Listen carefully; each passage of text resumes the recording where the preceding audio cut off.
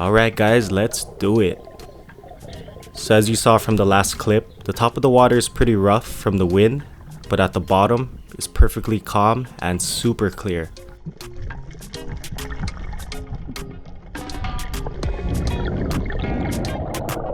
So as soon as we jump in, I shoot this nice toao. I don't care what anyone says, this fish is delicious. It's honestly one of my all-time favorites. Feels good to take an invasive species off the reef and provide dinner. So using my dive knife, I dispatch him, put him out of his misery, and we got one fish in the bag, baby. Let's go. So right here, I see a umamale unicorn fish in and out of a crack. So I dive bomb, wait for the current to pull him out, and I get a good shot. So just to make sure he's stuck, I push in the spear more. And my plan was to go back up and put in a backup shot with the other spear. So right when I grabbed the other spear, I noticed a nice kumu between the boulders. Now these fish are highly sought after, they're really good eating, so this became my new priority. So by studying his behavior, I'm thinking that he's not gonna bolt, he's gonna wanna stay in between the boulders. So here I am waiting for him to pop his head out, but he's pretty smart.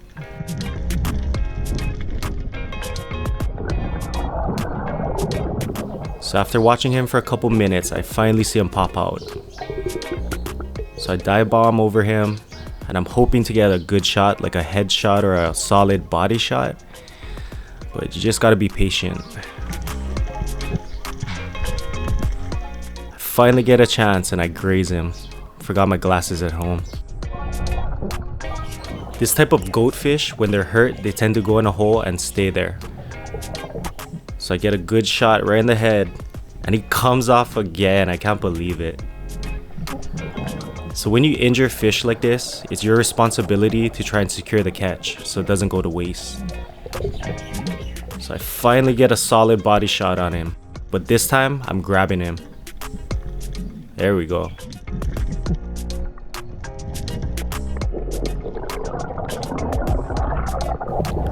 Kumu tend to like this kind of grounds, kind of sandy, bouldery areas. We saw a couple more on this dive, but I was more than stoked to just get this one. So using my dive knife again, put him out of his misery, dispatch him, and hand him off to my dive buddy Avery.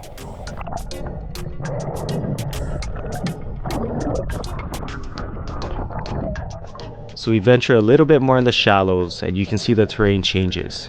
There's more cracks. So I drop down outside of a hole, and sure enough, it's holding some nice fat Menpachi. So I get a nice holding shot on this one. If you guys don't know about Menpachi, they're highly sought after, very tasty fish. You can also catch them with a pole at nighttime.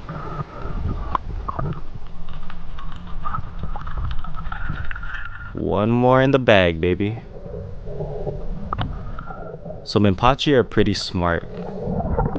They're also very skittish. If you get too close to them, they'll run further back into the cave. Once they go under a boulder all the way back, it's nearly impossible to get them. They also live in complete darkness sometimes, so it's hard to see them until you're too close. So just like I was saying, this Menpachi is living in a completely blacked out cave. Sometimes you can barely make out the outline of them. You can just see his tail right here. If I miss anyway.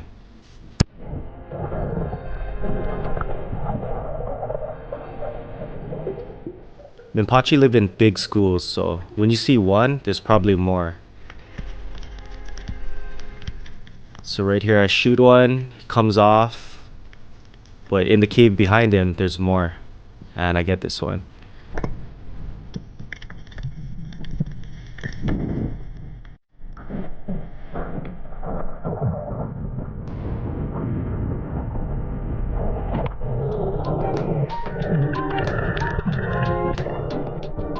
So right here I'm stalking a tasty fish called Munu, goatfish.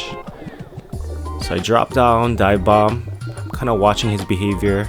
It's pretty smart. He doesn't want to give me a shot.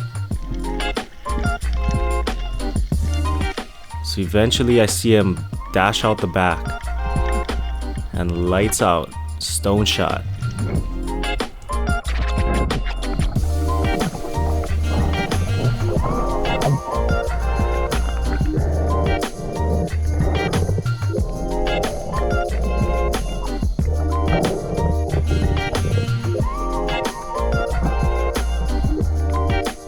This fish is called Maiko, and we saw them by the thousands on this day.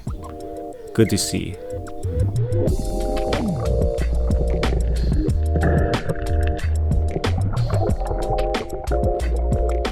I was also able to shoot one of my all-time favorites, yellow-eyed kole. Stoked.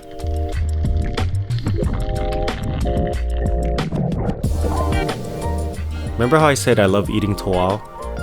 On this drop, I'm dropping on a fatty. So I dive bomb, kind of watching how he behaves, and he's pretty tame.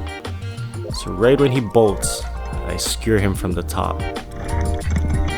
These kind of fish are a little bit bigger, so you're gonna want to secure them. If you let them just go by themselves, they're gonna rip off for sure.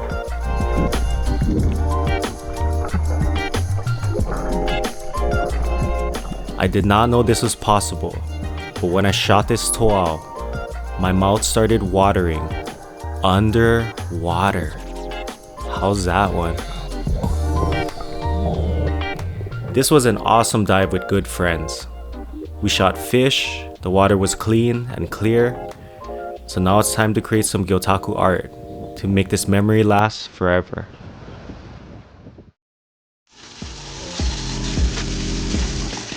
Alright guys, it is Gyotaku time. So I wanted to print my two trophies, which I feel were the Kumu and the toal. For those of you who are new here, Gyotaku is a Japanese fish printing art form. You put ink or paint on a real fish, and you create one-of-a-kind works of art. One thing about Gyotaku I really like is that the print never lies. It's going to tell you exactly how big the fish was and exactly what it looked like. Traditional Gyotaku is black only, but my style is a refined colored style. I think the color really brings the fish to life.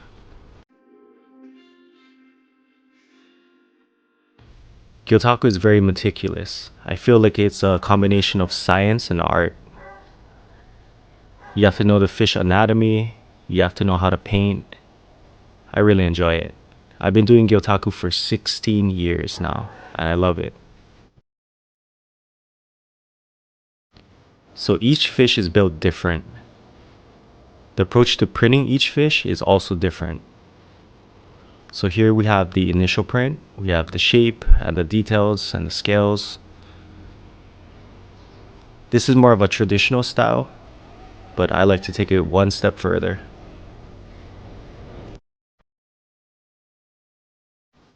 So our slogan at Sakana Syndicate is catch, cook, create. You've seen the catch, you've seen the create, now let's get to cooking.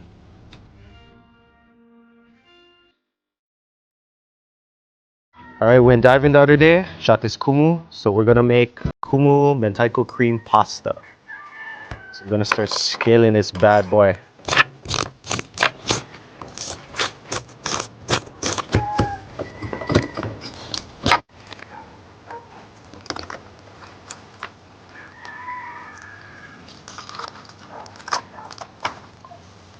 Alright, so for this dish, we're gonna butterfly the Kumu from the bottom.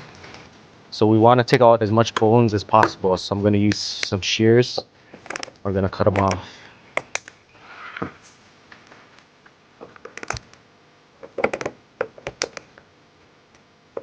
Alright, so the butterfly we're gonna cut from the bottom and open it up this way. So you wanna cut like you'd normally fillet a fish. Break through the ribs. So you're gonna slowly work your way to the top, but not cut all the way through.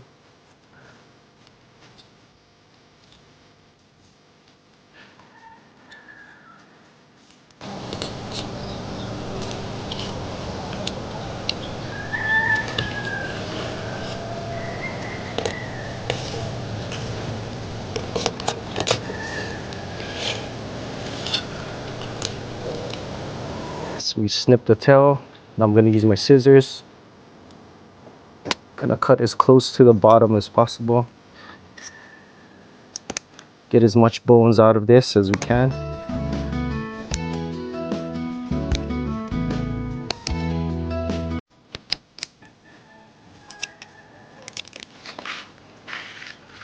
Okay, once you get up to here at the top, there you go. So it makes it a lot easier if you butterfly the head open. It makes it easier to work with. So when you open it up, you get this little part of the spine that's exposed. So now you can go in and chop that off as well. This. There you go. So we're gonna take out the ribs now. Same way you take out the ribs as regular. Slide your knife.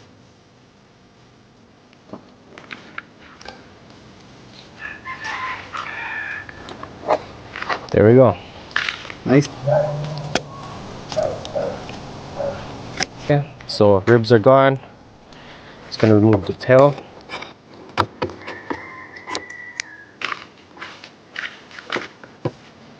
And now we have these pin bones, which run about halfway down.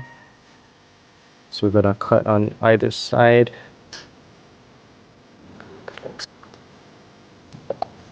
Now you can take the whole pin bones out at one time. Get this whole thing out. There we go.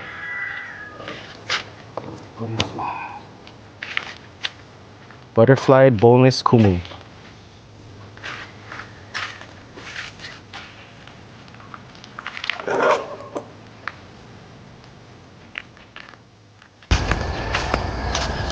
Lemon from the garden. Nice one.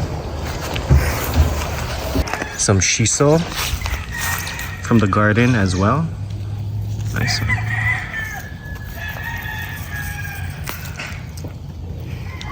Alright guys, so a lot of you guys been requesting about like doing like a pasta also from our last setup. So today we're gonna create our Kumu Mentaiko Alfredo Pasta. We're gonna start with making our cream sauce first, or Alfredo. So we're gonna start with cutting up some garlic first.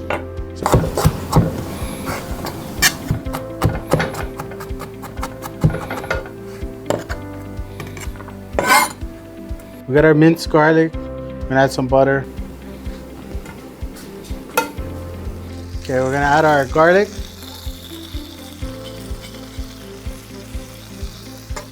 Then we're gonna cut up some mushrooms too.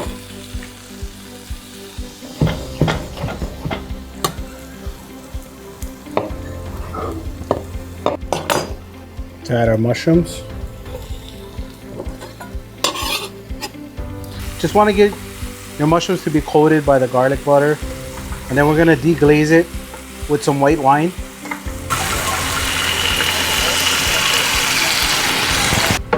We're gonna let this reduce down, cook out alcohol. Okay, so now we're gonna add our milk. You can use milk or heavy whipping cream, whatever you have on in your icebox. So we're gonna add our milk. But we want to just reduce our milk down a little bit. And then we're going to add in our cheese.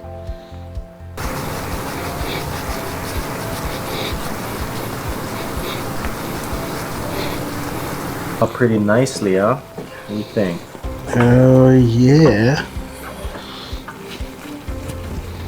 Now that we have our sauce pretty much done, we're going to add in our Mentaiko. So if you guys are wondering, what is Mentaiko? Mentaiko is pollock roll. It's a cod roll. Cod roll. Cod eggs. And this is hot, but it's not hot at all. Not hot at all. Mild. Live on the edge, guys. It's the one. Mentaiko is good. It's pretty popular in Japanese cuisine. It's very creamy and rich. Yeah, it's super rich. Just naturally rich and creamy. Good stuff. All right, so we got our Mentaiko. I think this is pretty good. We can add in our pepper, and our sauce is done, guys. Like, look at that nice coloring. But we're gonna make a shiso pesto, a garlic pesto. We're gonna add a bunch of shiso that you guys saw that we got from the garden. From Dean's garden, baby. Not from the store. Add a bunch of garlic. Then we're gonna add a bunch of olive oil. I'll give it a good blend. Create our little pesto.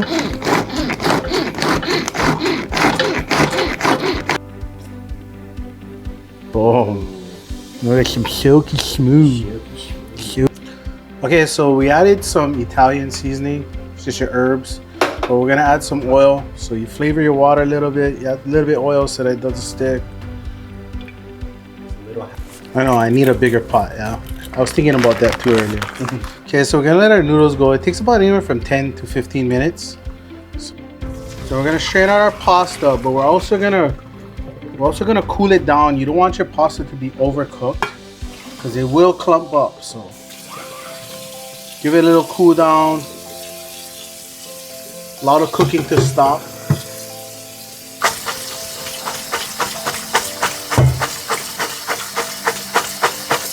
All right, guys, we're gonna start cooking our fish.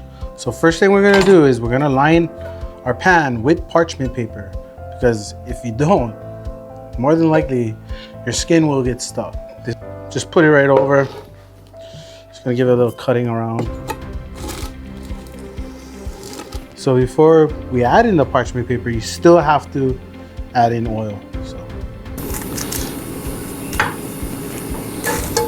we got our parchment paper down. We're gonna add, still gotta add oil. We have a parchment paper down, it's not gonna burn. So time to add our kumu.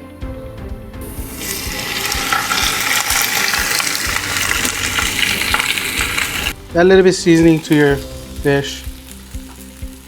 Gonna add salt, Hawaiian salt and some pepper. Yeah. All right, guys, so our fish is done. So we're gonna take off our fish, we're gonna do our noodles real fast, and then we're gonna put our fish back on to our presentation plate. Our presentation plate. Just like that, guys.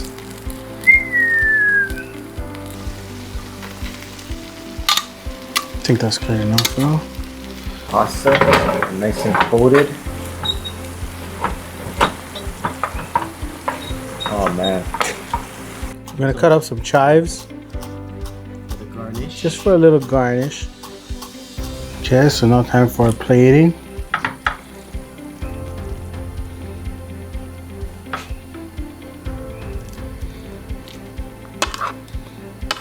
Chives is just as a garnish to just give it that little green essence. Nothing crazy. Alright guys, so here's our pasta. Now it's time to add on our fish. So we're gonna give it a good little flip. Oh, right in the middle, guys. Right in the middle. All right, we're gonna add some fresh lemon from the yard.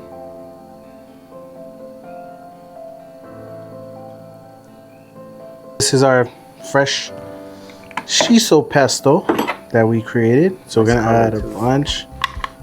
Gonna add a bunch of this to it. Just gonna give it a little drizzle.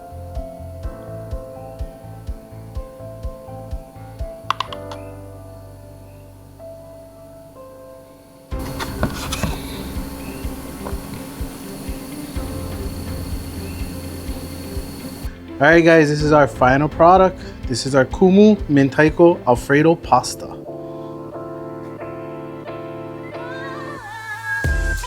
It smells delicious.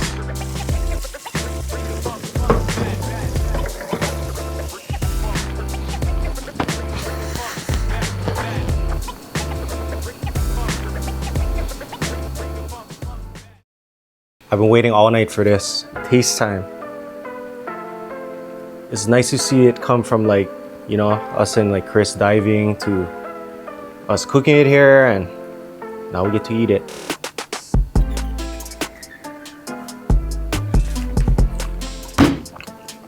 Bruh. The Mentaiko pasta is like garlicky, but it really retained that creaminess from the Mentaiko. The Kumu is like flaky and delicate, and it goes perfect together with everything. Plus that pesto sauce that Dane made was unreal. Oh yeah. I like how garlicky it is, like Uncle said. How like soft the fish is a little. Everything is like perfect. Perfect. Dane, it's your turn. Okay, we're gonna get this fish. I want some skin, guys. I want the skin. Yeah, the skin is nice and crispy too, huh? You tell us. With some pesto. Yeah, everything. All right. Oh, that is actually freaking really good. Right. Wow. That's real garlicky. The skin stays crispy. And the cheese adds just a whole nother depth of flavor to it. This is really good. You guys are gonna get this in a restaurant one day. Like this is me. Can't even lie. This is really good. All right, guys. So this was our dish, our Kumu Mentaiko Alfredo Pasta. Hopefully, you guys get to try it one day. But thank you guys for tuning in. Stay tuned for more. And we'll catch you guys on the next one.